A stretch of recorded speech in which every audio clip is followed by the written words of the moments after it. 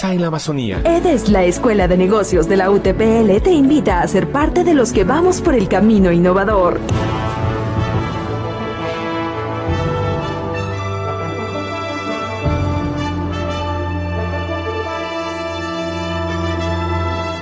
Aquí da inicio el programa de opinión más influyente de la radio. Las emisoras Democracia AM y XFM presentan la revista de opinión Democracia, con la conducción y dirección de Gonzalo Rosero.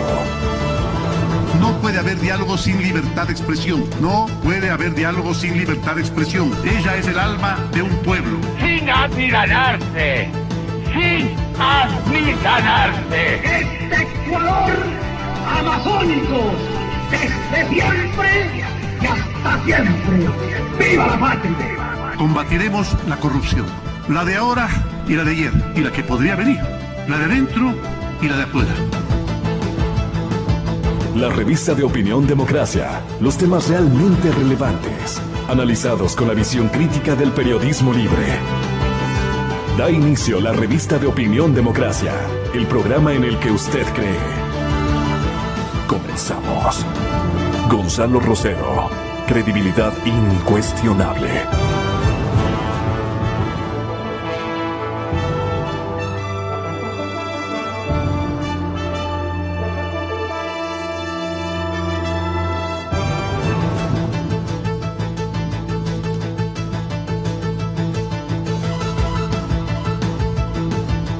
Hola con todos, muy buenos días, señoras y señores. Es el día martes 25 de julio, y estamos nuevamente para saludar a la ciudad de Guayaquil, que festeja su pasado y mira al futuro. Bonito titular y muy merecido, realista más que todo, del puerto principal en su día clásico. El día martes 25 de julio, 10 años, toda una década después del ascenso al poder del señor expresidente Correa, el presidente que le sucede va a asistir a la sesión solemne del Cabildo porteño. Tras una década, dice la crónica de primera plana, de constante fricción y distanciamiento político entre la presidencia de la República y el alcalde de Guayaquil, la sesión solemne hoy vuelve a reunir tanto al primer mandatario en funciones como al alcalde de la ciudad en funciones, con el que se acaba con la realización de ceremonias. Recuerdan ustedes, habían ceremonias paralelas en dos locales distintos, con discursos y contenidos siempre no muy coherentes, para dejarlo allí. Estoy con el economista Fausto Ortiz, y claro, la temática que vamos a abordar en términos de análisis, con nuestros invitados que me anticipo en saludar, el exministro Fausto Ortiz, el primer ministro de Finanzas y Economía de la época de Alianza País, el señor doctor Rodrigo Albarracín, abogado defensor de Marcelo Endara, va a estar Juan Carlos Solines, va a estar también el doctor Luis Calero. Y vamos nosotros, señoras y señores, a relatar a ustedes, según la comprensión de la mayoría de nuestros invitados, qué rumbo tuvieron o han obtenido, qué rumbo han tenido los dineros producto de tanta trafacía, palabra de nuestros abuelos que nos cae bien en todo momento. Bueno, el asunto es que vamos a tratar el tema de los 13 contratos más grandes que operó con Caminosca. Vamos a darles a conocer la trama de corrupción que vinculó al tío de Glass con el magnate de la fibra óptica que hoy aparece hecho el tierno. Él también conocía, me refiero al señor Tomislav Topic, el operador del cable submarino. Y también tienen que saber y recordar a ustedes que los hermanos Alvarado mucho también tuvieron que ver en el gesto de colaboración y amistad con Tomislav Topic. Las cosas que estábamos descubriendo ayer en nuestro archivo. El asunto del magnate cobra vigor por la denuncia que formuló ayer la cadena de Coavisa, ¿no? ¿Cómo era ese acerto? ¿Quién intervenía? ¿Quién reconocía? ¿Quién no reconocía? Ya me acompaña en el estudio, señoras y señores, el respetable doctor en jurisprudencia y especialista en materia petrolera, el señor doctor Luis Calero. Y acaba de ingresar el señor doctor Rodrigo Albarracín, abogado defensor de el señor Marcelo Larrea. Sí. Marcelo Endara. Sí, no me acordé de Marcelo Larrea. Mi nombre es Ramiro. Aquí le ha puesto Rodrigo. Sí, pero mejor es el propio, ¿no? Buenos días, licenciado. ¿Cómo está, doctor? ¿Cómo ha pasado usted? Verle. Igual lo veo a los tiempos. A los tiempos. A los tiempos, doctor. Lo veo muy bien. El tema es la ruta del dinero y que usted nos cuente la historia de cómo acudió ante usted Marcelo Endara, antes incluso que soliciten otros empeños de juristas conocidos en nuestro medio, el mismísimo hermano, creo que es hermano, el padre de el otro Endara, o solamente hay un Endara en el digamos en el cuento. ¿Usted podría comentarnos cómo nace esta contribución suya como profesional del derecho a la causa que usted vio era extremadamente justa y doliente, inclusive doliente, de Marcelo Endara? Tenga la bondad, doctor, para comenzar con usted y que el señor doctor Calero sí escuche esta versión de las cosas, porque va a ser nuestro analista de fondo conjuntamente con Juan Carlos Solines.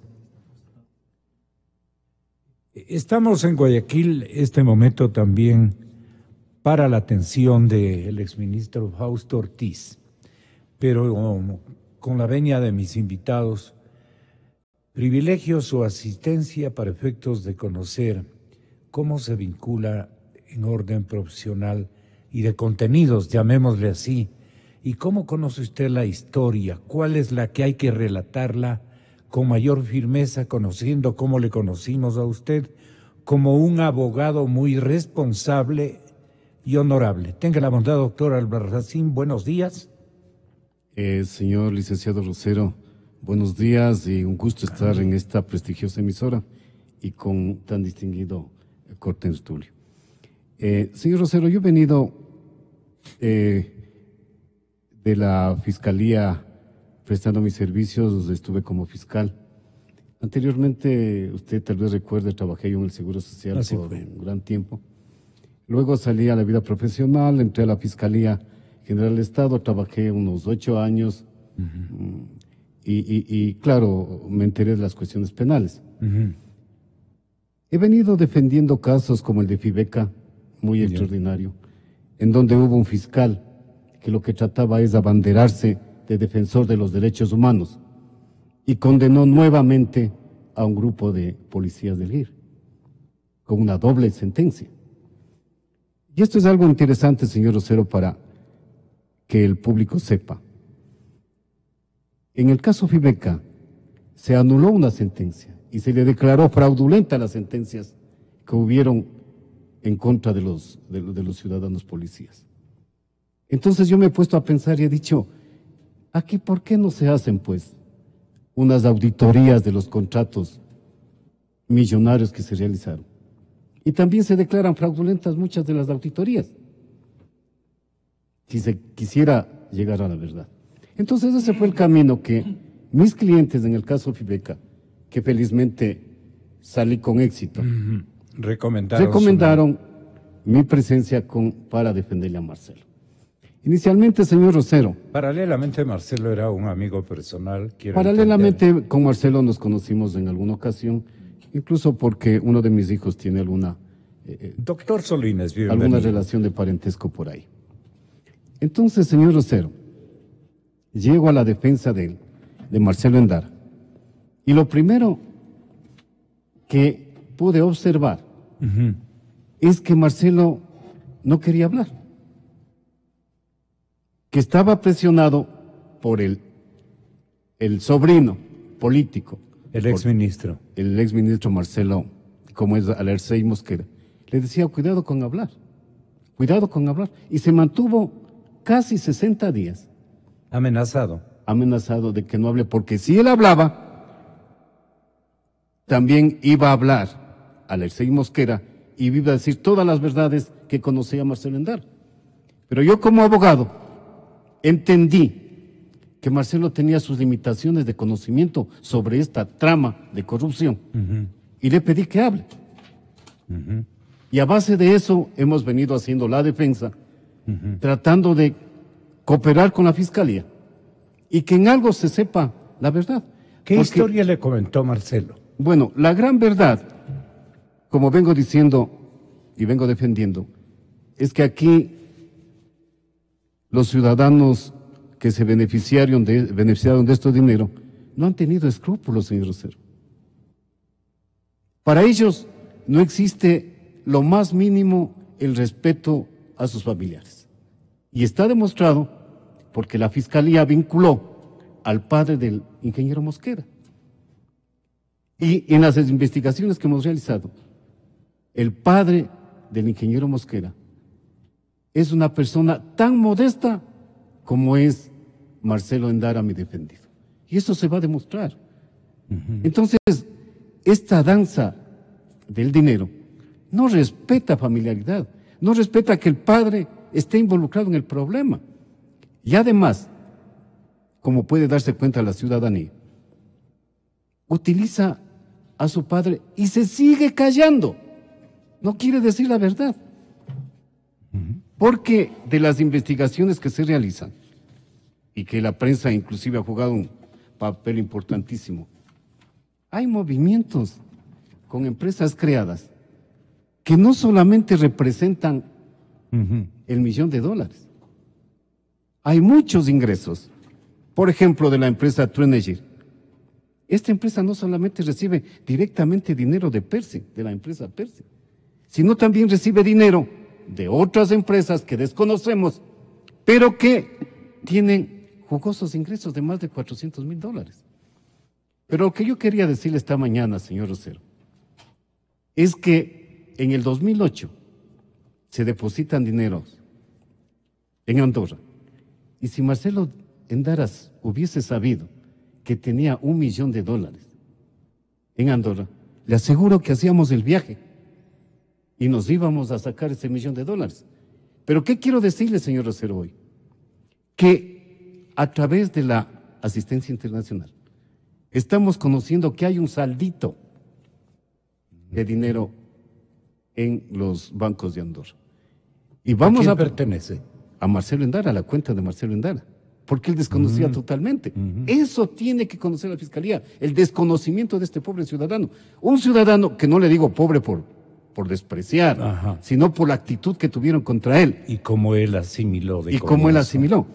Entonces, él desconocía totalmente estas cosas. Y ahora que estamos investigando, posiblemente hay un saldito ahí, que puede ser de unos $200, $800.000, que queremos con esta lenta asistencia internacional, penal internacional, saber si en realidad existe. Y vamos a proponer que la Fiscalía como reparación a los daños de los ecuatorianos, estamos dispuestos que cualquier saldo de dinero que tenga Marcelo Endara en los bancos de las Bahamas regrese al país y se lo entregue a una entidad de beneficio. ¿Qué es lo que deberían hacer tanto ladrón? Devolver al país lo que se han robado. Pero, señor Rosero, en las investigaciones, por eso me place estar con el señor Calero, inclusive alguna vez quise la colaboración para ir esclarecer, destramando este asunto económico, ¿no? Y ojalá usted pueda darnos una colaboración.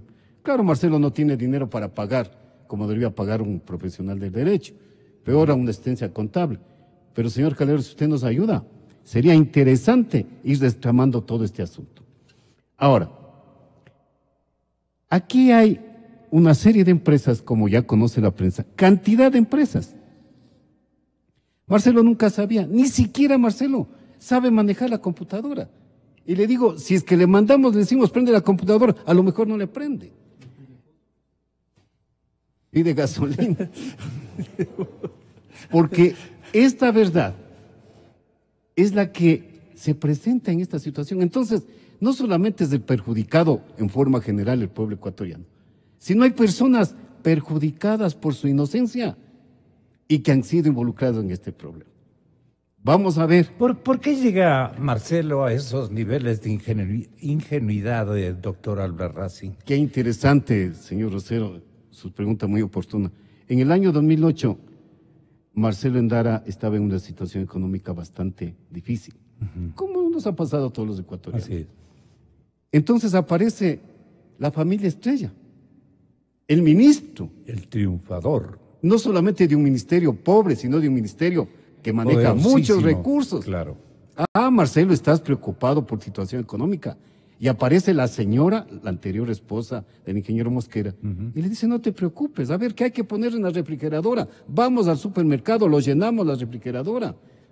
Y llega al extremo, señor Rosero, y señores oyentes, que una hijita de Marcelo Endara, distinguida, buen estudiante, está becada en la Universidad Católica, y aparte de la beca, trabaja en la Universidad Católica para pagar sus estudios.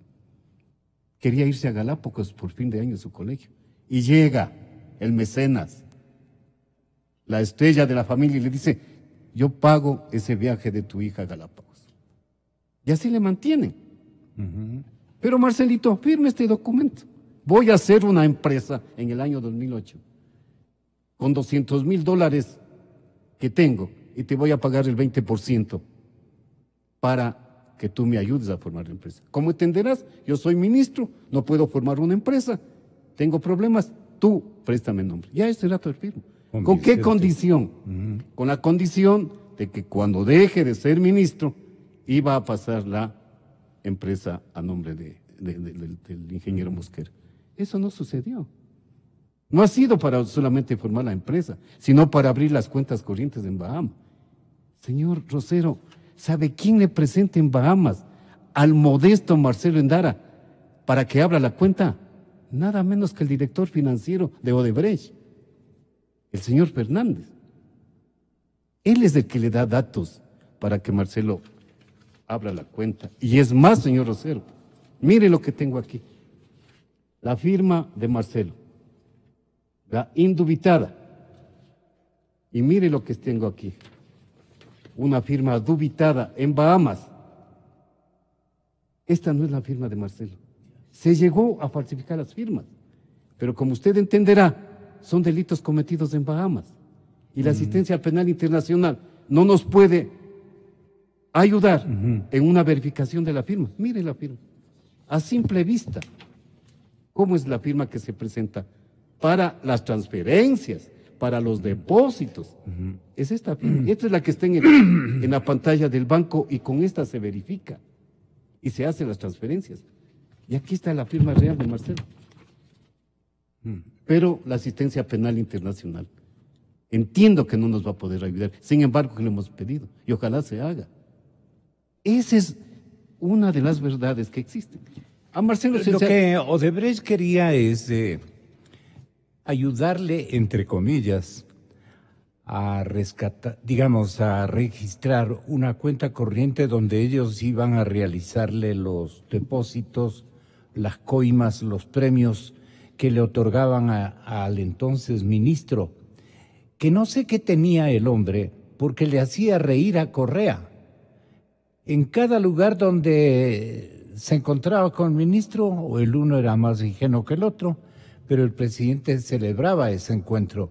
No sé qué le contaría, pero en todas las fotografías, y él está escuchándome, aparece este par sonriendo. Creo que celebraba el presidente la agudeza en el estilo de hacer las cosas de este exministro o algo por el estilo, pero no me inserto ahí. Quiero que tenga la bondad. El exministro, con su permiso, doctor Albarracín, volvemos con su historia, pero a Fausto Ortiz le voy a preguntar en forma directa, exministro de Economía. Usted fue el primer ministro de esta década infernal para el país, en todos los sentidos.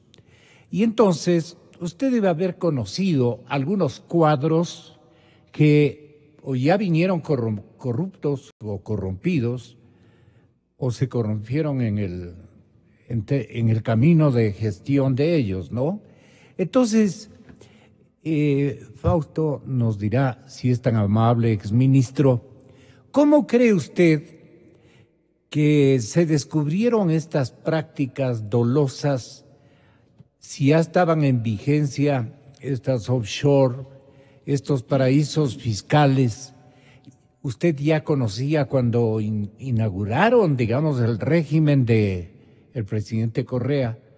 Ustedes los economistas ya sabían de estas prácticas, ¿no? Porque ustedes estaban en ese ejercicio, sino que naturalmente se escuchaba en el ambiente que la empresa brasileña, la OAS, de otro lado, y Andrade Gutiérrez, estaban practicando, no con los ingenuos, sino con los más sabidos actores y personajes que ocuparon gabinetes íntegros de presidentes ladrones que aparecieron en casi toda la región, y les gustaba que obviamente les coloquen dinero. Comenzando por los paraísos panameños, por allí la cosa se inició. Esta historia, ¿cómo la tiene usted registrada, exministro? Apelamos a su conocimiento, pero mucho más a su hombría de bien. Entonces, y yo conversar con Fausto Ortiz es como conversar con un ciudadano muy correcto, porque él precisamente cuando advirtió este tipo de prácticas, él dijo y puso pies en polvorosa y abandonó el gabinete del presidente Correa. ¿O no fue así, Fausto? Buenos días. Tenga la gentileza, está el doctor Calero, usted lo conoce perfectamente, Juan Carlos Solines, y el abogado que está defendiendo a Marcelo Endara, el señor doctor Albarracín, que es tan bondadoso en estar con nosotros esta mañana. Exministro, tenga la bondad. Buenos días, Gonzalo. Saludos cordiales a usted, a la audiencia y al panel que está en Radio Democracia. Solamente una precisión, en el arranque del gobierno de Correa, el primer ministro de Economía y Finanzas fue Ricardo Patiño. Yo fui viceministro de Finanzas y por 6 meses duró el régimen de gestión de Patiño, y luego yo arranqué en julio del 2007 y terminé mi gestión en julio del 2008. Y a su pregunta y comentarios, un régimen nuevo, un régimen que empieza nuevo, de alguna forma el refrán popular le aplica: escoba nueva barre bien. Al arranque del gobierno, si uno chequea los tiempos y las noticias, al arranque del gobierno era muy poca la incidencia de los problemas que hoy día estamos conociendo sobre el tema de la corrupción. Los problemas de corrupción empiezan a salir ya un poco más adelante, inclusive en el tema económico. El precio del petróleo, que es el que le daba liquidez enorme al gobierno, empieza a subir por allá por el año 2008 y encuentra su valor más alto en julio y agosto del 2008 para después desplomarse, es decir, la cantidad de recursos importantes es un poco a mediados de julio del 2008. Y una referencia solamente para poder cuantificar lo que es abundancia de recursos. Cuando nosotros estábamos en el Ministerio de Finanzas en el año 2008, de enero a julio, las transferencias que hacíamos mensuales para obra pública era una cantidad que estaba bordeando 200, 300 millones de dólares mensuales, que se compaginaba con el ritmo de gasto que nosotros recibimos en el 2006, que era unos 3.000 millones al año. Pero inmediatamente luego de mi salida, si uno chequea las cifras mensuales, uno encuentra que de julio en adelante empezó el valor de las transferencias a ser un poco más fuerte, quizás bordeando los 400 y después llegando inclusive a los 800 millones, para después dar grandes brincos en tema de transferencias y obra pública, ¿no? Entonces, en esa línea, el arranque del gobierno fue una situación diferente que lo que se convirtió luego. Solamente por mencionar algo, lo que salió y fue un gran escándalo nacional, la publicación de Juan Carlos Calderón sobre los créditos y las operaciones de financiamiento recibidas en su momento por las empresas vinculadas con el hermano del presidente. Eso también es un asunto posterior al 2008. Entonces, sí hay alguna diferencia en el arranque puro con lo que se fue convirtiendo el gobierno un poco más adelante. Bueno, se conoce ahora por una primera plana del diario El Universo de Guayaquil que incluso Odebrecht comenzó a manipular mejor en la cancha de la administración Correa. Y Correa, le pregunto, aparecía como francamente un novato en estos trotes, por así decirlo. Odebrecht accedía con muchos privilegios a documentos significativos y estaba súper informada de los planes que iba a cometer el nuevo presidente, los asuntos de felicidad financiera que ojalá hubieran reportado beneficios para todos los ecuatorianos y para el Estado Nacional, no ocurría. Y entonces los de Brasil ya se enamoraron porque veían que había un futuro promisorio en términos de ingresos fiscales y de ingresos económicos, el tema del petróleo, todo lo que ellos sabían que querían aplicar en el resto del continente y se fijaron en nuestro país. La pregunta es la siguiente, tenga la gentileza, lo que el diario El Comercio de esta fecha nos acaba de informar en el impreso de esta mañana es que Odebrecht usó 23 offshores para ocultar a beneficiarios de las coimas. Esto creo que es solamente en el caso ecuatoriano o combinaban con el resto de funcionarios coimados en el resto de la región. De esta parte, ¿qué usted ha logrado establecer por su contacto, digamos, con la familia de economistas ecuatorianos y latinoamericanos, o por su propia experiencia, su conocimiento o su búsqueda de novedades ingratas para nuestro país? ¿Fausto? Sí, yo puedo comentar lo que más o menos corresponde a mi periodo de funciones, ¿no? Y vinculado con el asunto que estamos hablando del juicio que está llevándose con Alexei Mosquera. El asunto es ¿no? Cuando el gobierno arranca, el Ministerio de Finanzas era parte del COFECE, junto con el Ministerio de Hidrocarburos. Y el presidente de la República tenía que nombrar un delegado a ese COFECE. Y entonces en el arranque el presidente de la República me nombra a mí como su delegado en este COFECE, que era que tenía que administrar los programas que tenían que recibir financiamiento para los proyectos hidroeléctricos. Y entonces, aparte del COFEIC, había un grupo de técnicos en la parte inferior, que era el COTEFEIC, que eran unos 6 subsecretarios de buen nivel, algunos de ellos del Ministerio de Finanzas, algunos de ellos de otros ministerios como electricidad. Y cuando ya en julio del 2007 me corresponde a mí asumir la cartera de Finanzas, yo le pongo una comunicación al presidente de la República en la que le digo que yo estoy ahorita en este momento teniendo doble función, una como representante del presidente y otra como ministro de Finanzas, que era nuevo. Entonces decía que recomendaba que inmediatamente ya me libere de la función de presidente del COFEIC, porque no podría estar con 2 votos en un cuerpo colegiado de 3. Y entonces de ahí para adelante, en meses siguientes, el presidente de la República nombra al Alexei Mosquera al COFEIC como su representante y presidente del cuerpo colegiado.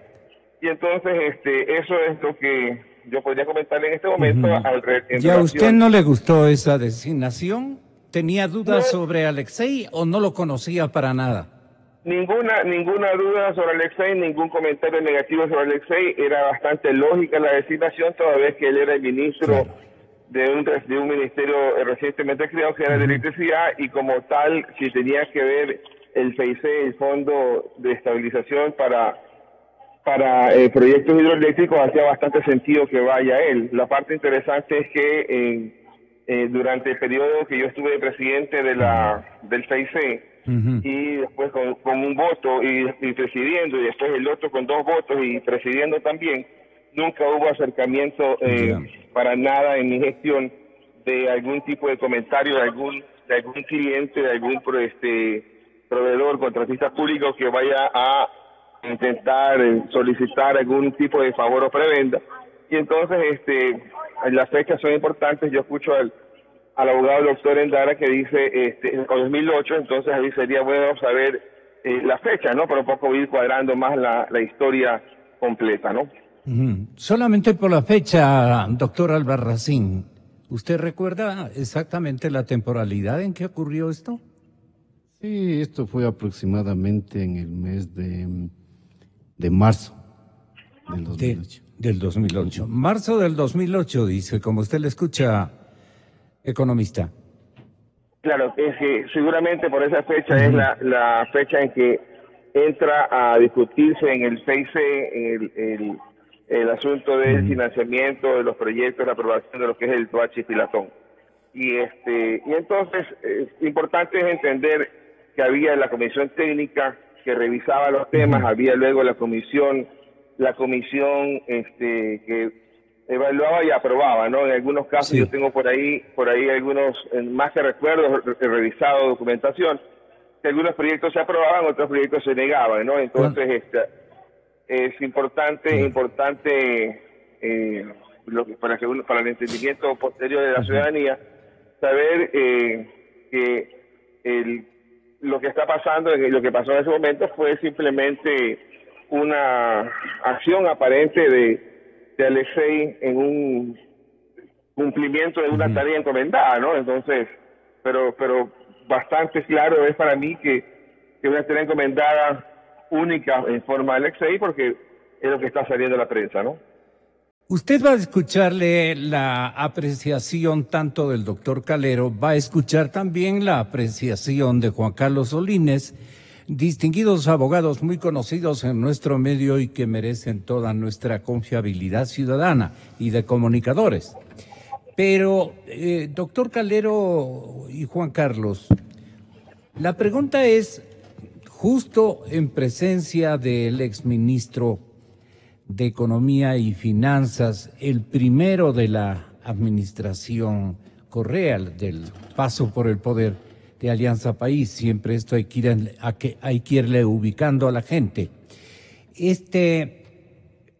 El señor presidente de la República era un neófito en estas materias, era muy novato para estas prácticas de enlace con gente que le iba a beneficiar con créditos, que le ofrecían créditos y le ofrecían llave en mano, como usted quiera. Había una liberalidad declarada por la empresa de los señores Odebrecht en el Brasil. Y entonces me pregunto yo si el Correa, que incluso yo conocí, tenía estas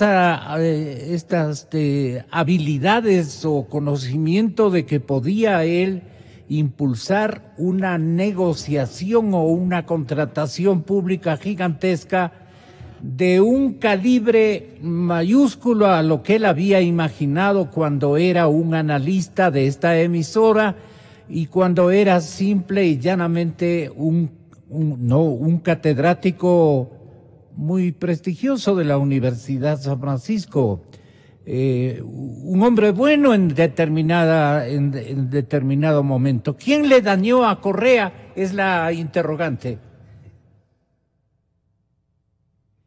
Doctor Calero. Es para mí. Bueno, gracias por la invitación, un saludo a los oyentes y un gusto conversar con... Y también la pregunta es para el calibre de usted también, doctor. Con tan distinguidos ciudadanos. Una primera aclaración al doctor Albarracín, me parece que está confundido con el contador Carlos Calero. Sí, soy colega suyo, mi nombre es Luis, por ahí hay un homónimo en cuanto a apellido. Me gustaría saber tanta contabilidad como sabe el señor contador Calero, pero lamentablemente no lo sé. Usted está en otra Yo especialización. creo que el señor Correa era inexperto y atolondrado cuando recién asumió las funciones de presidente de la República. Lo que haya ido aprendiendo en el camino es otro cantar. Pero inicialmente, mi punto de vista, inexperto y atolondrado, y adoptó decisiones que obviamente no fueron las mejores. En el sector petrolero le pongo una que tomó rápidamente él, la adjudicación de un contrato directo, violando toda la normativa vigente a la compañía Ivanhoe para la explotación del campo Puncarayacu. Y que luego de unos cuantos años la compañía hizo muchos por el foro, pretendió vender sus acciones, presumiendo que existía alguna información que había obtenido. Por ejemplo, y adujo que se trataba realmente de algo extraordinario para el país, que iba a haber un vuelco total y absoluto en el sector petrolero con la contratación de esa compañía. Simplemente le hicieron una presentación en PowerPoint que me parece que le encantaba. Los asuntos tecnológicos, eran novelero además, le encantaban estas presentaciones, le hicieron una presentación bonita y ordenó que al día siguiente fuera una comisión a California a constatar una planta experimental que tenía esta compañía. Presentaron informes, existieron profesionales de petroproducción que dijeron que no era conveniente y simplemente se obvió las recomendaciones, los criterios técnicos y se contrató directamente con una compañía privada, aduciendo que disponía de una tecnología única, ¿sí? Y que era una de las causas por las cuales se podía realizar contratación directa dentro del reglamento de contrataciones de Petroecuador, sin percatarse que en el mundo existían 7 u 8 tipos de tecnologías para los mismos temas. Entonces le digo, el señor Correa inicialmente actuó de esa manera muy impulsivo, novelero, desconocía, porque entiendo que no administró ni la tienda de la esquina, claro, y administró la cosa en él pública. Sí se cumplió. Pero obviamente que sí. Entonces, miren, pero yo quisiera rescatar una parte de la exposición del doctor Albarracín, y para que saliéndome de las particularidades del caso, por ejemplo, del ingeniero Mosquera, pudiéramos ir de la parte al todo y hacer un análisis un poquito más global, al margen de ciertas minucias, de ciertas particularizaciones. El doctor Albarracín decía que en una de las cuentas o una de las compañías no se le habían hecho transferencias única y exclusivamente por cuenta de Odebrecht. Eso es interesante. Mire usted, en el contexto, le voy a decir, en la década, yo digo de la regalada gana, es así de la regalada gana, en la década de la regalada gana, por ingresos petroleros, se movieron 125.000 millones de dólares. Ingresos petroleros producto de qué? De exportación de crudo, exportación de derivados excedentarios que teníamos, más venta interna de derivados. 125.000 millones de dólares. De esos, el presupuesto de Petroecuador y Petroamazonas estuvo en alrededor de 34.000 millones de dólares. Entonces aquí hablar de 33 millones de coimas solamente de Odebrecht es una parte dentro de esto que podría ser una práctica de corrupción, ¿no es cierto?, especialmente en los sectores estratégicos. Entonces no podemos perdernos. Yo creo que los árboles no deben impedirnos ver el bosque. Esto del señor Mosquera apenas es un árbol. El bosque creo que es mucho más amplio, mucho más grande.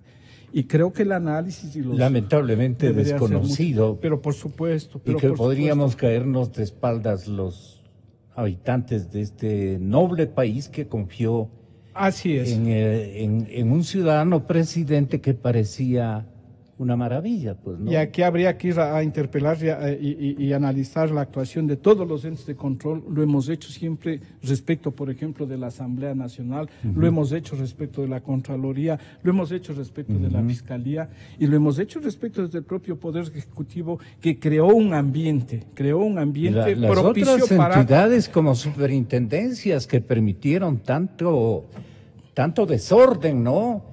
Y que unos pobres cuates que encontró la administración Correa y les nombró superintendentes. Así es, Gonzalo. Entonces no quisiera extenderme más para permitir que el doctor Juan Carlos Solínez intervenga en el Gracias, Gonzalo. Un saludo a toda la audiencia. A Fausto hay que saludar también. Y al panel, a Fausto en Guayaquil y al doctor Albarracín y al doctor Calero aquí en Quito. También mis disculpas, Gonzalo, porque tengo que, por un compromiso familiar, tengo que salir en breves momentos. Yo quisiera continuar con la reflexión que hacía el doctor Calero en este momento y tomando las palabras del doctor Albarracín cuando nos dio un relato del caso de su cliente, que es uno de los tantos casos de corrupción que se están ventilando, uno de los tantos. Hay varias cosas que resultan ya evidentes por este relato de casos puntuales de corrupción. La primera, que en esta trama de corrupción hay muchísimo más. Hay muchísimo más. Es decir, el caso de Brecht, el caso Kaminovska, el caso Alexei Mosquera, son casos que además, más allá de que estén en este momento en la palestra pública, son casos que no fueron el resultado del trabajo de las instituciones ecuatorianas llamadas a velar por los intereses. Por la pulcritud. El cumplimiento de los convenios comerciales. No fueron las entidades de control llamadas a detectar este tipo de irregularidades. No fue la Fiscalía ni el aparato de justicia quien detectó estas irregularidades, estos casos de corrupción, sino que nos enteramos de manera fortuita. En el caso de Brecht, por las delaciones, en el caso de Kaminovska, porque un laudo arbitral del extranjero, ¿no? Incluye dentro de su análisis, reconoce un sistema de coimas institucionalizado en una empresa privada que fue vendida a unos australianos. Y es así como nos vamos enterando y se va desilvanando esta madeja de corrupción en la que estoy de acuerdo con el doctor Calero, va muchísimo más allá. Es decir, ¿qué nos haría pensar, por ejemplo, que el tío del vicepresidente, el señor Rivera, solo le cobró a Odebrecht por los contratos que Odebrecht tenía con el Estado? Si los sectores estratégicos que manejaba su sobrino iban muchísimo más allá y manejaron muchísimos miles de millones de dólares. El doctor Albarracín acaba de decirnos que es mucho más de lo que se ha denunciado en los medios de comunicación del $1.000.000 famoso, que hay otros depósitos de otras fuentes, ¿no? Que habría que determinar de qué fuentes son, porque probablemente ni siquiera sean solamente de Odebrecht. Tal vez sean de otros proyectos y de otras compañías que firmaron contratos con el gobierno ecuatoriano. Entonces, evidentemente, estamos nosotros frente a una situación y frente a una trama, como se la llama, una trama de corrupción, que va muchísimo más allá y que maneja cifras... De lo imaginable, de lo imaginable, que maneja cifras impensadas, que maneja cifras de corrupción nunca antes vistas en la historia republicana de este país. Y de la región. Por simple lógica matemática, porque nunca antes en la historia republicana de este país se manejó tantos recursos. Por la bonanza petrolera y por factores coyunturales, no producto de la buena administración ni del cambio de matriz productiva, que fue una farsa, sino más bien por motivos externos del país, por motivos sobre todo del mercado petrolero, los recursos que ingresaron al país fueron nunca antes vistos. Y claro, si bien es cierto, se ha dicho que el presidente Correa en un inicio llegó al poder sin ninguna experiencia, en base a una circunstancia política, en base a su carisma, evidentemente, en base a un repudio y un rechazo a la clase política tradicional que no había cumplido ni llenado las expectativas de los ciudadanos.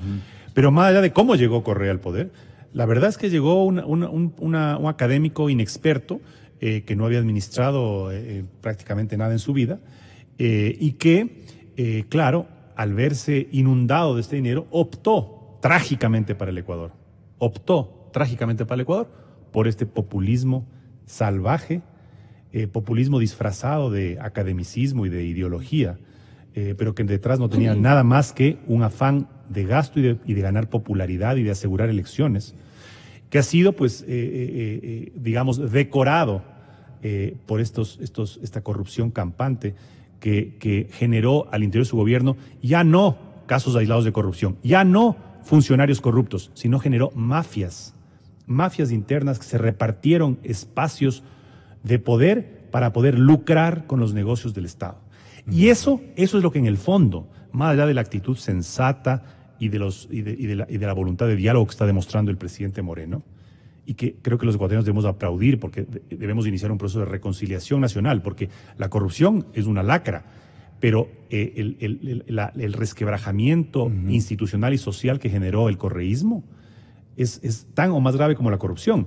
El país está dividido en dos, con sectores confrontados, con sectores absolutamente hostiles unos con otros, y entonces el proceso de reconciliación nacional que ha emprendido el presidente Moreno debe ser un proceso muy complejo. Pero ¿cómo podemos ayudar al presidente Moreno para que no se quede su discurso en simple enunciado? Yo creo que la forma, al menos mi criterio, como un actor político que no está, digamos, activamente participando en la política, pero que he sido un activista y he sido un actor permanente en estos temas.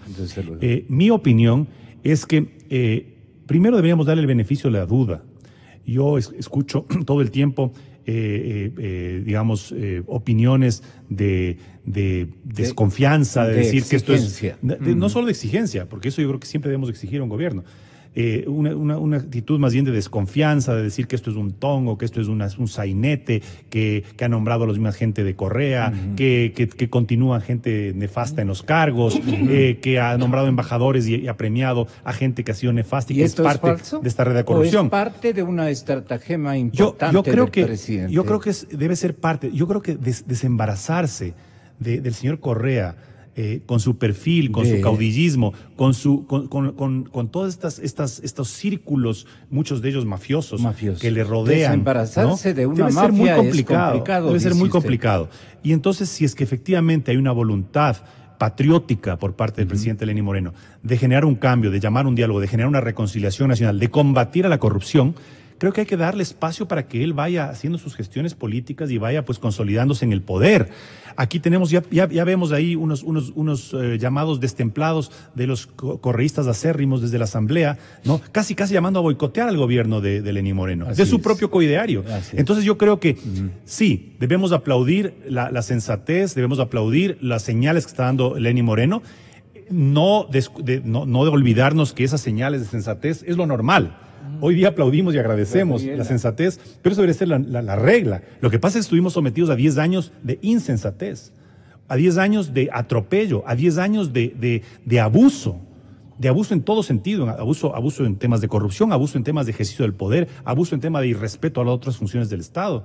Entonces, claro, el recomponer la sociedad ecuatoriana, el recomponer la institucionalidad absolutamente destruida, el recomponer un sistema incluso de partidos políticos en donde pueda operar una oposición coherente, que en este momento no existe, ¿no? Y claro, la oposición sigue todavía embarcada en el tren de dar palo al correísmo y dar palo a Alianza País, no importa si es Moreno, no importa si es Correa, y no están haciendo una distinción muy necesaria, que es que el país necesita un periodo de reconciliación. Ya después de 100, 200 días, comenzaremos a exigir resultados. Ahora mismo, frente a esta trama de corrupción de la que hemos estado analizando ahora, exigimos ya resultados. El tema del vicepresidente yo creo que es un tema muy simbólico, ¿no? Que la justicia y que las instituciones operen, es todo lo que pedimos. No estamos aquí anticipando criterios ni juzgándolo.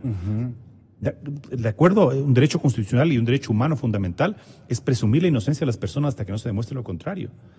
Pero que las instituciones demuestren que están operando con imparcialidad, que están operando con profesionalidad y que no estemos simplemente tratando de seguir el hilo a los escándalos que se evidencian a nivel internacional. ¿Usted justifica la cámara lenta, por ejemplo, del segundo fiscal de esta época? Mire, yo frente al anterior fiscal y frente a la inacción del anterior fiscal, claro, la ahí lentitud, hubo total inercia. No, total. Aquí hay, en cambio, ritmo lento. Aquí hay un ritmo lento, pero constante.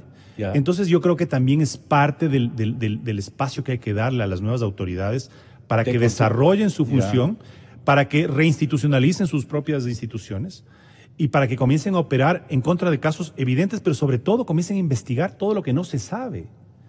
Porque estamos hablando de 300 mil millones de dólares administrados en el periodo, un poco más, poco menos, en el periodo de los 10 años de Correa.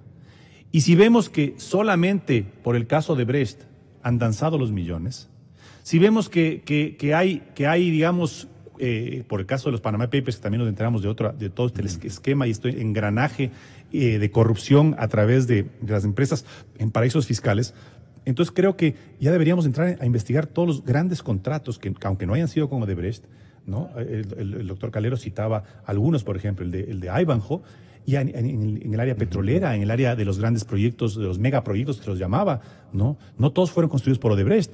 Y estoy seguro, convencido, es más, podría afirmar, sin que todavía exista ninguna evidencia, que ahí debe haber habido corrupción también. Porque era un secreto a voces, Gonzalo. Es que no estamos enterando ahora por las delaciones de Odebrecht. Era un secreto a voces las coimas y los porcentajes que se pedían de coimas. Y nos lo contaban constructores, nos lo contaban contratistas, nos lo contaban personas que estaban involucradas con el sector público.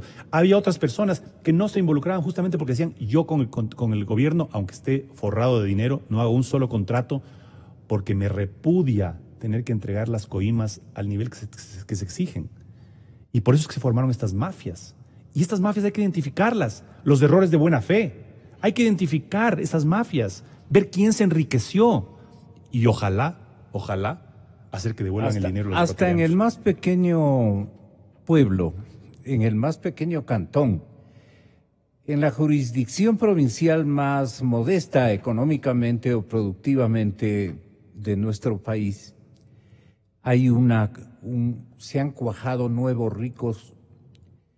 Y estas familias han aprendido las técnicas a las que yo le pido al señor exministro Fausto Ortiz tenga la bondad de referirse de lo que él haya conocido, no solamente del caso ecuatoriano, sino de la región latinoamericana. Porque, según Gabriela Quirós, de la redacción del diario El Comercio, para ocultar el origen de sus sobornos, Odebrecht empleó 3 y hasta 4 niveles de lavado. Y en Ecuador, la constructora brasileña utilizó a sus propias proveedoras locales, ojo, y a offshores creadas en paraísos fiscales para ocultar los pagos y evitar que se identifique al beneficiario final de estos premios, digamos. Sí, Gonzalo, yo leí hace un mes, más o menos, un artículo de Bloomberg que hacía referencia al caso Odebrecht, publicado en esta red mundial de información de Bloomberg. Decía que Odebrecht, más bien del 2007 en adelante, a nivel global, empezó a cambiar su estilo, tratar de ya mantener las coimas y los sobornos para que no se vean y no se aprecien. Más bien intentó del 2007 en adelante hacer todo lo contrario, más bien de documentarlo. Y tan documentado lo tiene, que decía la información que en Brasil tenían un cuarto de contabilidad donde se reportaba exactamente todos los recursos que se entregaban en todas las partes del mundo, y todo hecho a través de transferencias, a través de recursos. Inclusive llegaron a comprar un banco en alguno de estos paraísos fiscales, en alguna de estas islas, ¿no? Y entonces toda la información que está saliendo de las delaciones de los brasileros tienen el soporte de contable, o sea, mejor que cualquier compañía, la documentación la tiene muy respaldada, y eso seguramente la gente que estuvo involucrada en todos los procesos de corrupción nunca se imaginaron que Odebrecht iba a tener tal nivel de detalle. Por ejemplo, ha salido la información de los diálogos del teléfono, del WhatsApp, digamos, todo eso capturado como parte de cuando usted hoy día usted va a comprar algo a una cafetería y coge su factura para dársela al contador para que se la registre, para llevar su contabilidad, exactamente igual, en las mismas lógicas.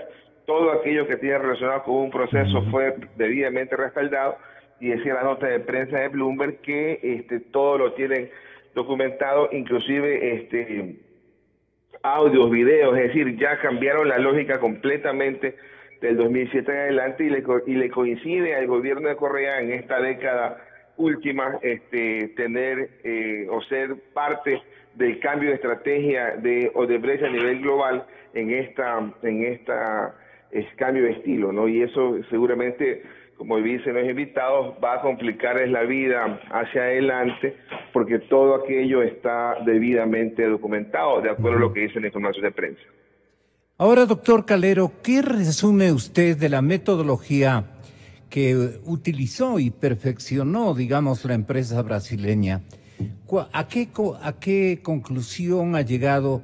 Porque los casos aparentemente aislados que estamos analizando, inclusive de Alexei Mosquera y de su tío, es un caso pequeño frente a la dimensión del bosque de irregularidades que ellos y de esquemas que ellos inventaron.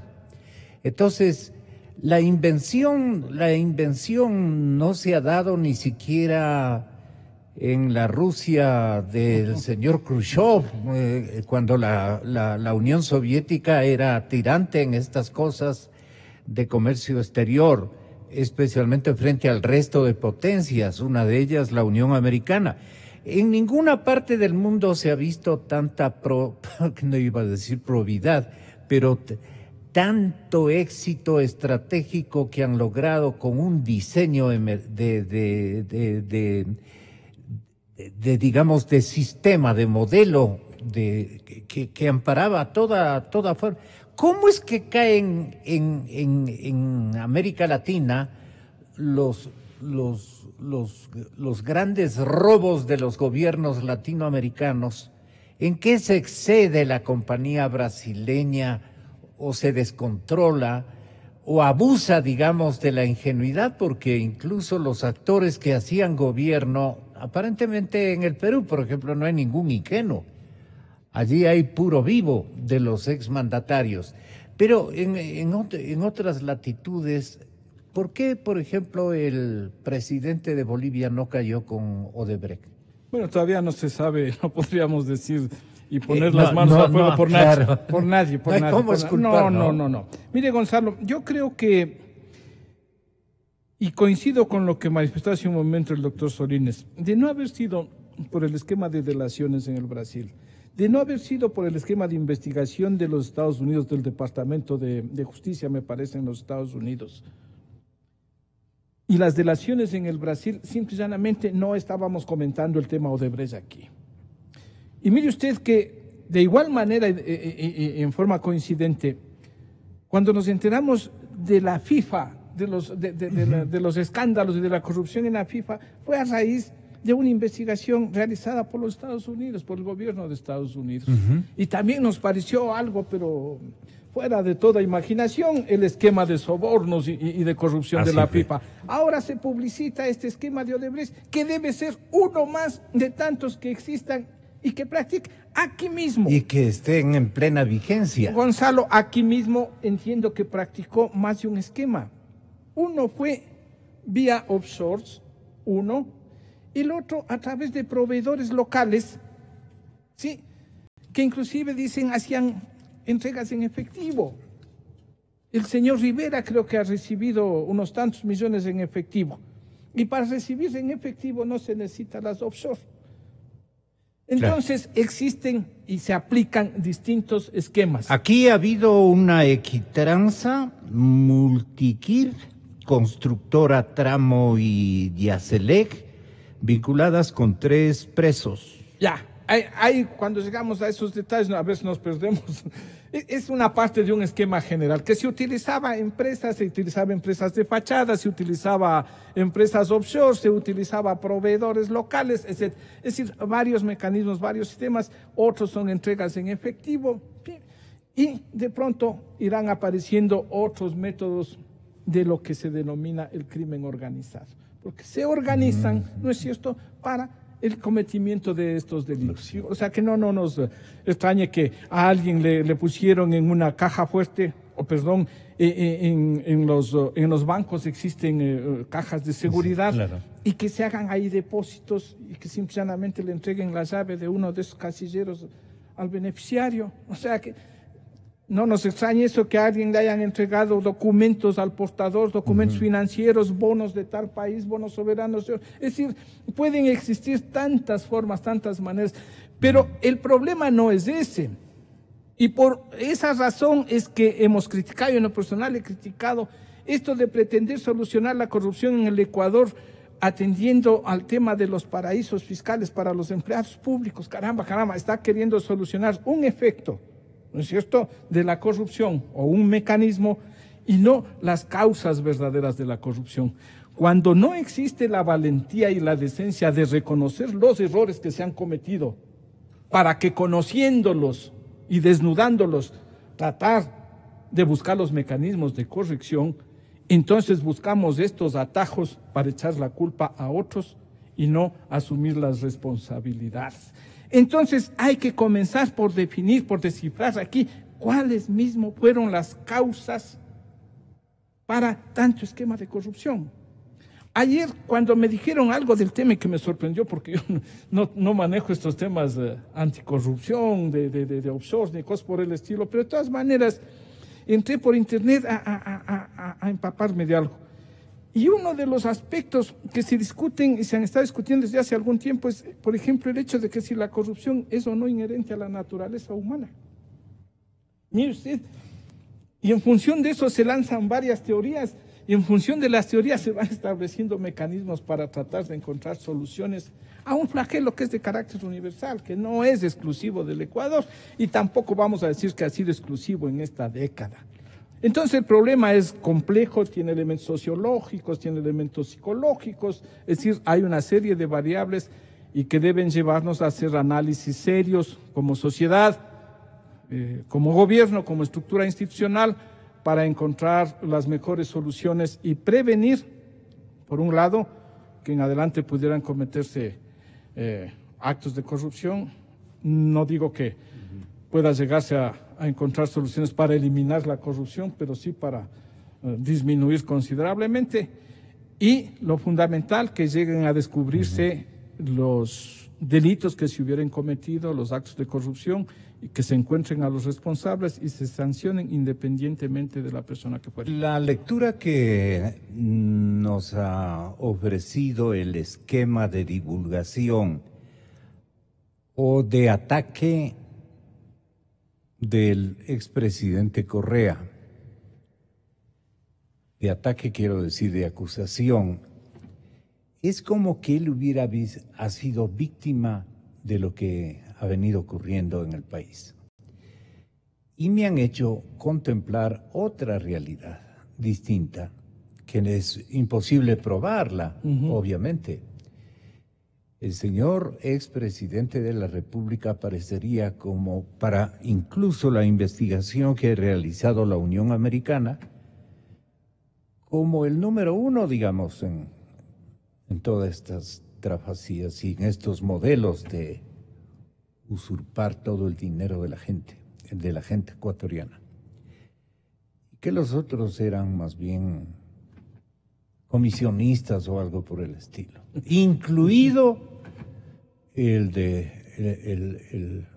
señor vicepresidente. Esto es lo que hablan Pero eso es grave, Gonzalo. Y permítame decirle que yo alguna vez, conversando con varias personas...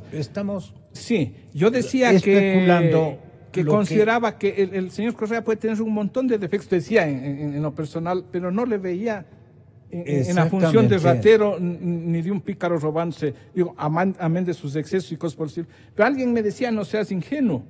Sí, pero el asunto es grave, le digo honestamente, Gonzalo, sin tener pruebas más allá de una especulación que a quien quiera se le puede ocurrir, decir que el señor Correa fue el principal acaparador o el eje de los esquemas de corrupción.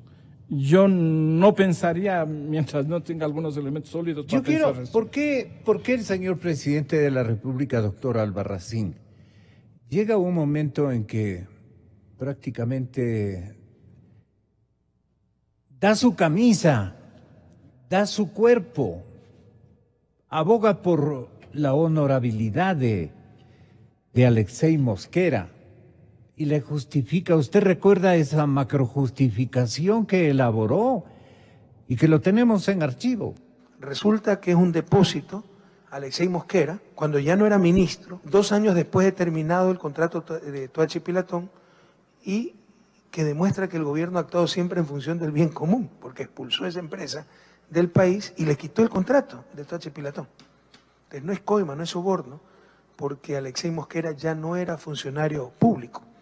Es un acuerdo entre privados, y el mayor problema es que, por eso, la acusación es por eso, por lavado de activos, y puede haber también defraudación tributaria, porque no se declaró ese $1 millón. O sea, si Alexei Mosquera decía, yo como consultor eléctrico estoy ayudando a Odebrecht en diferentes obras y le cobro $1 millón, le facturo, declaro impuestos y lo deposito donde me dé la gana en el mundo, no pasaba absolutamente nada. El problema es que no lo ha declarado, pero no es coima, no es soborno, porque no era funcionario público. Eso no una intervención de defensa. Por los codos, y por eso se metían problemas de esta naturaleza el señor Resti. O sea, hablaba por los codos. Pero hasta por los codos. Eso no creen algunas otras personas. Dicen, él tenía redoblado interés de que Alexei Mosquera no salga ni siquiera mencionado, y el doctor Albarracín nos va a dar sentido a esta circunstancia. ¿Por qué al presidente Correa no le gustaba que le toquen el nombre de Alexei Mosquera, el que le hacía reír cada vez que se encontraban? Como conocemos en el ambiente judicial, no existe el crimen perfecto. Y aquí parece que les falló. Porque esta empresa formada, la Kleinfeld, en Andorra, estructurada justamente para repartir dinero, informa sobre este depósito de $1 milloncito de sucres nomás. De dólares, perdón, $1 millón. Si Kleinfeld informara de todos los valores que entregó en el mundo y en Latinoamérica, ordenada por Odebrecht, se sabrían muchas cosas. Y sabríamos quiénes son los participantes directos. Pero Kleinfeld solamente informa del $1 milloncito, que es una parte pequeñita en relación con la estructura económica que se manejó en sobornos. Entonces, por lógica, ¿qué tenía que decir pues el presidente de la República? Hay que tapar este huequito que comenzó a abrirse.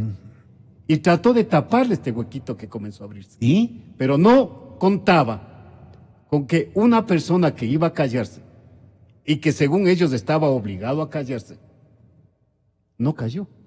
Y dijo, sí, en el 2008 a mí me pidió el ingeniero Mosquera que abramos una empresa y pidió mi nombre en el 2008. De ahí es que viene la vinculación que lo hace al papá del señor Mosquera y al señor Játiva. Játiva también fue parte de la empresa Tuenergy y recibía los beneficios económicos. Por eso que yo le decía, Tuenergy no solamente recibió, y Mosquera no solamente recibió directamente de Kleinfeld un dinero, también recibió de otro lado, que tiene que investigarse. Entonces, ¿para qué fue al Uruguay, por ejemplo, el papá con el hijo? Al Uruguay fue el tío con el sobrino. Perdón, el tío con el sobrino. Fueron al Uruguay exactamente para ya movilizar los dineros. ¿No ve que en el 2008 se abre la empresa? Aquí en el Ecuador, ¿no? Aquí en el Ecuador le hacen firmar a Marcelo los documentos para abrir la empresa en Panamá. Sí, Marcelo nunca salió a Panamá, ni a ningún otro lugar. Pero ya tenían que mover los dineros, que ya habían estado depositados en Andorra. Entonces ahí sí les lleva, vamos al Uruguay a firmar otros documentitos en Uruguay para movilizar el $1.000.000. ¿Sí? Y organizan esa empresa. Y organizan esa empresa. Pero lo que le reitero, licenciado, es que siempre la cuerda se rompe por la partecita más delgada. Entonces aquí se trató de romper y tapar. ¿Cómo que a los ecuatorianos nos van a contentar? Porque la investigación dice que ya van a ser juzgados ciertas personas por este $1.000.000. Y a lo mejor serán juzgados por los $13 millones. Pero todos ellos, todos estos valores, resultan como se ha expresado y como se tiene un criterio en la prensa, en el análisis académico, en el análisis de especialistas. Estos no son los valores reales. Aquí hay millonada de sobornos. Millonada de sobornos. ¿Y quién lo sabe? ¿Quién lo sabe? Dicen que es la Contraloría. Miren ustedes que decía el coordinador de la Comisión Nacional Anticorrupción el día de ayer, decía don Jorge Rodríguez, indicaba que se debería designar peritos forenses para que realicen una auditoría a la Contraloría, ojo, para que determine si se realizó correctamente, si la Contraloría realizó correctamente su trabajo, especialmente en grandes contratos. Ahí está la plata, ahí está cualquier cantidad de referencias con nombre y apellido de la gente que se robó la plata y que no va a devolver porque no consta en una lista. El subrogante incluso ya habrá tiempo para dilucidar el papel que está cumpliendo este momento con la veña del titular en Miami, que está curándose el corazón, y con la veña de los mismos de la mafia. A ver, esto es grave. ¿Cómo me prueba? Ahí sí tengo un documento que le... Licenciado, mire, la situación, incluso analizando todo esto, yo le digo, los ecuatorianos sí tenemos inteligencia. Y eso lo podría decir, es facilito. Mire, si tuviéramos un contralor comprometido con la investigación, ¿qué haría? Muy facilito. Claro. Revisemos los contratos. No lo quieren nombrar. Porque el origen, ¿cuál es el origen? Son los sobreprecios, licenciado. Por eso ¿sí le o ponen no? al mismo cuate que estaba con Poli, pues. Cuando se investigue los contratos y se declare que son contratos fraudulentos, con una auditoría, como dijo el economista Rodríguez, forense, no investigar a la Contraloría, investigar los contratos que hicieron con Odebrecht, vamos a descubrir qué es lo que sucedió con los precios, porque no le dieron gratuitamente al ingeniero Mosquera $1 millón, sino porque algún favor les hizo en los sobreprecios.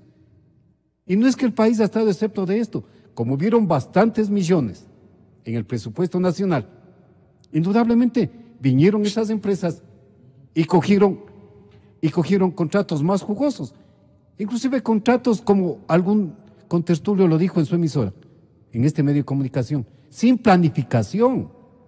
Mire, un ejemplo, la ruta E35 que va al aeropuerto.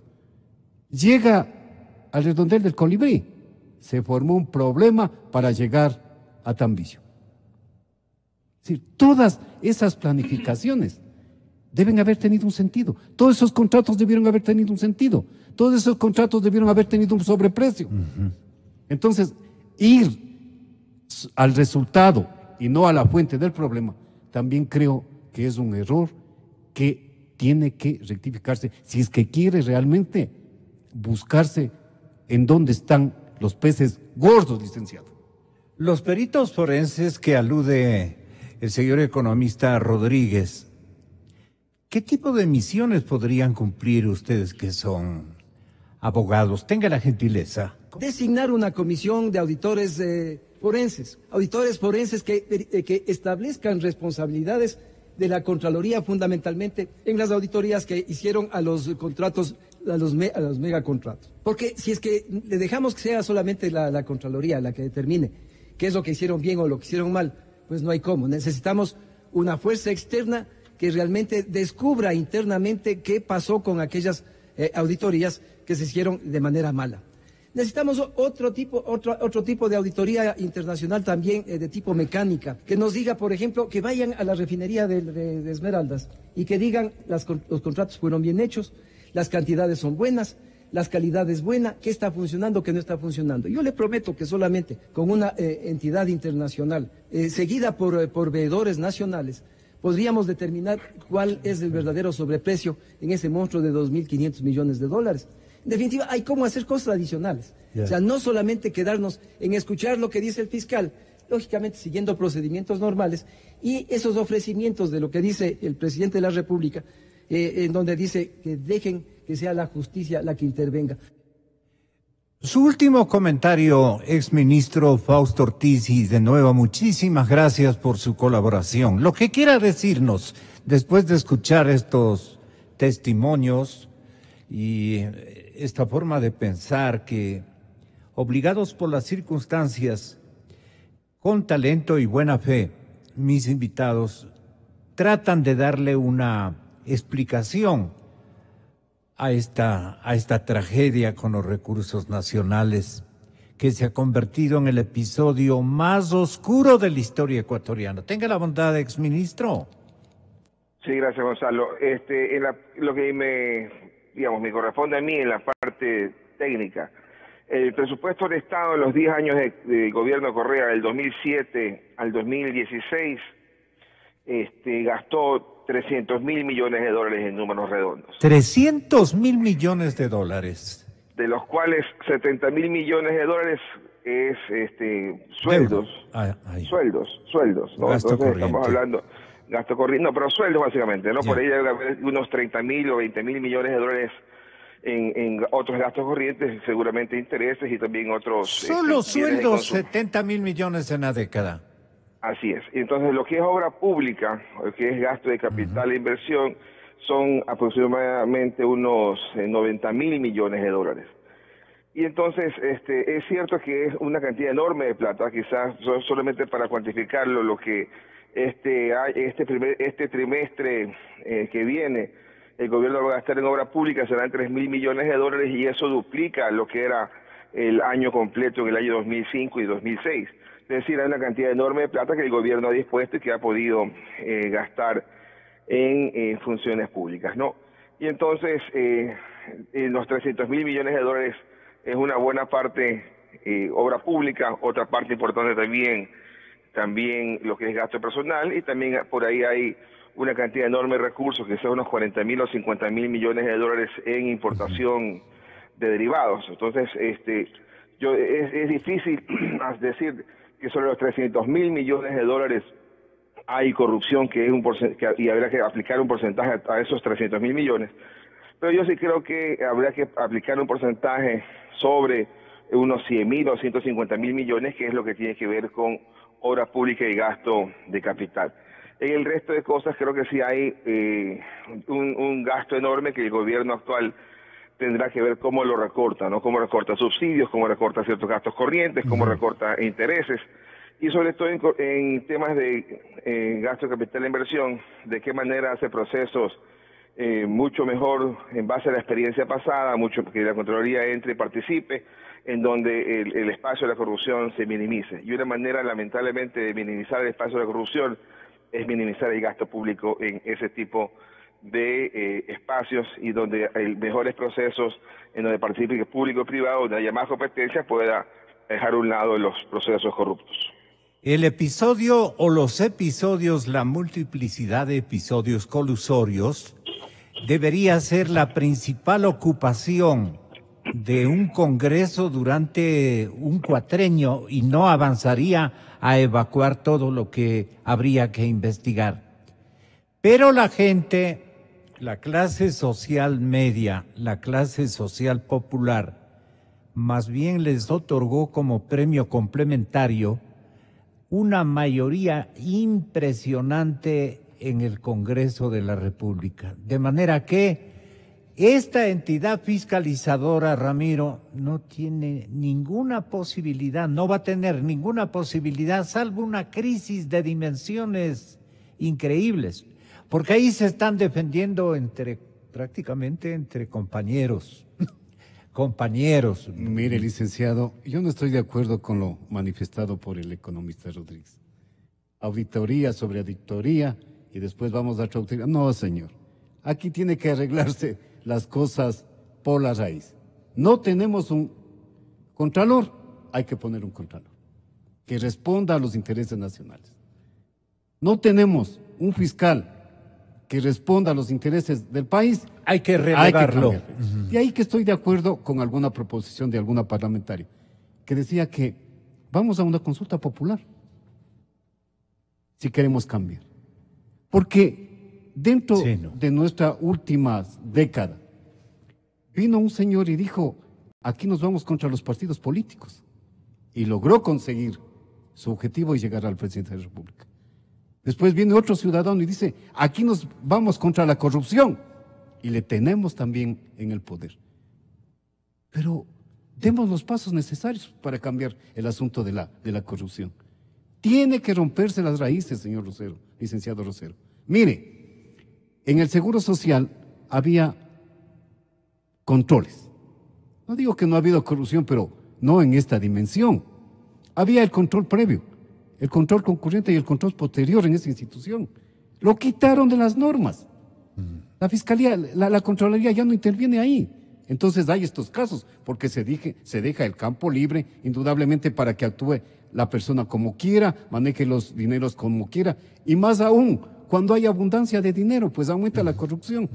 Entonces, yo sí pienso que si el gobierno tiene el deseo de utilizar estos medios para acabar con la corrupción, haga efectivo. Llamemos a una consulta popular. El propio presidente actual debería convocar a una asamblea. Debería convocar por iniciativa de él y decir, señor, este señor pertenece a nuestro grupo. Nuestro grupo ha cometido errores, por decirlo menos. Entonces, cambiemos a alguien que represente realmente un control. Señor Rosero, no hay una fiscalización. Control. Entonces, en donde nadie se cree representado con las actuales autoridades. Así es, licenciado. Sigue lo mismo, dicen. Sigue lo mismo. ¿Hasta cuándo? ¿Hasta cuándo? Así es la pregunta. Usted termina, doctor Calero. Gonzalo, yo creo que debería hacerse una valoración entre el problema económico del país y el problema de la corrupción, porque tenemos, creo que por delante, un escenario no muy halagüeño en materia económica, y creo que ahí habría que ir sopesando los temas.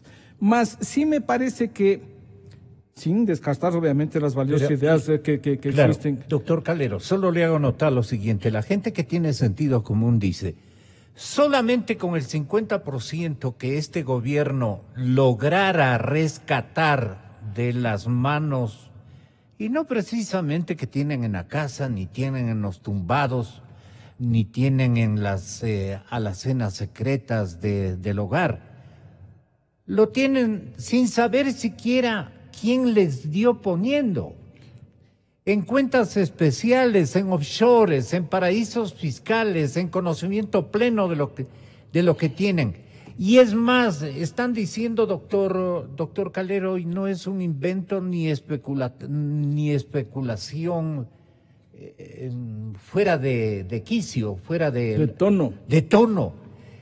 El hecho de que el mismo dinero que se robó uno, que se robaron entre cuatro, lo grande, las cantidades más significativas, las que están por allá, por Arabia, por ahí, las que llevaron en aviones, Gonzalo. etcétera, etcétera, etcétera, que volaban madrugado, que les detectaban en Miami otras personas que tienen amplio conocimiento de esos vuelos, donde llevaban el cash, o cómo sería, pero esa gente, devolviendo la mitad, devolvería la felicidad al Ecuador, por la magnitud de lo que se han robado, que no saben ciertamente cómo lo van a gastar, ni todas sus generaciones familiares. Gonzalo, creo que primero debería identificarse cuáles fueron los ilícitos cometidos, quiénes lo cometieron, cuántos se robaron, para poder aspirar a un esquema de esa naturaleza. Pero estas cifras, Fausto. Sí, pero él más bien trataba de minimizarse. No todos los 300.000 pueden ser atribuibles a corrupción, porque 70.000 se gastó en sueldos. Entonces no puede decir que hubo corrupción en el pago de sueldos, etcétera, etcétera. Gonzalo, sí creo, disculpe porque ya mismo me corta usted mismo la intervención. Mire, sí creo que puede convocarse a una minga nacional anticorrupción.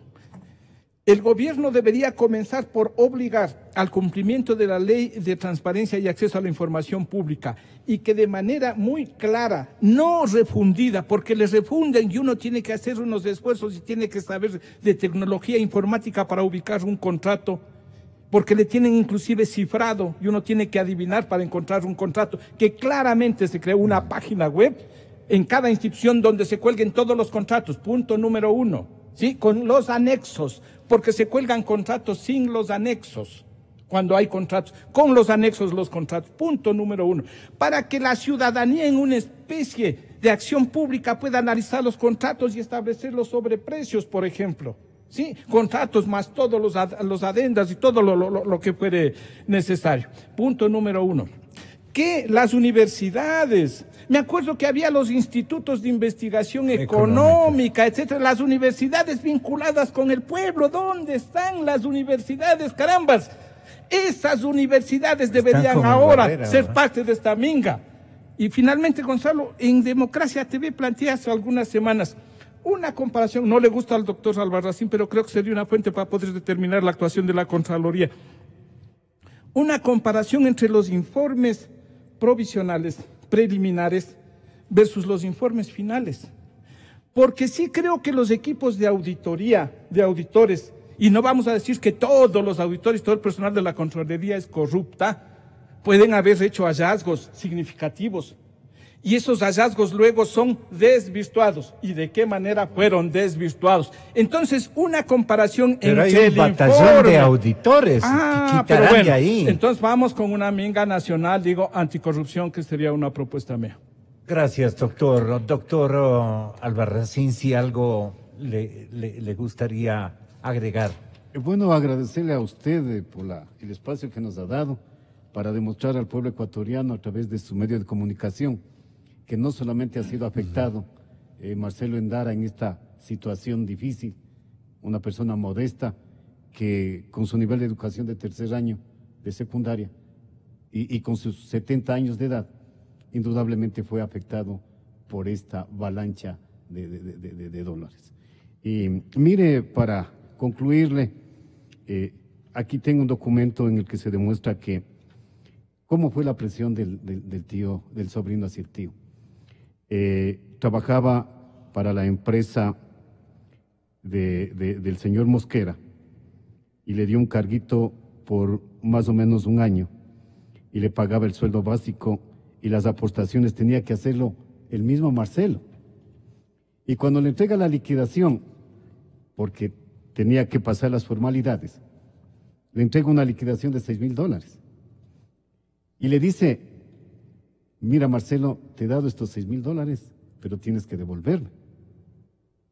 Y mire, señor Rosero, lo hace depositar estos $6,000. Marcelo deposita en su cuentita de ahorros en la cooperativa 29 de octubre y le obliga a que le transfiera estos $6,000 que le entregó en la liquidación. Adivine a quién, señor Rosero. A la cuenta del señor Hati. Ni siquiera a la cuenta del mismo, a la cuenta del señor Hati. Qué horror. Todo esto enardece el sentido humano, molesta el espíritu. De ahí que Inclusive uno quisiera dar profesionalmente todo lo que puede para defender a estas personas. Así es. Y como usted conoce, señor Rosero y doctor Calero, estoy defendiendo al tío pobre. Sí. Y ese tío pobre sí tuvo la capacidad y como de sociedad hablar. le agradecemos. Muchas gracias. Señoras y señores, yo creo en la radio. Yo creo en la radio.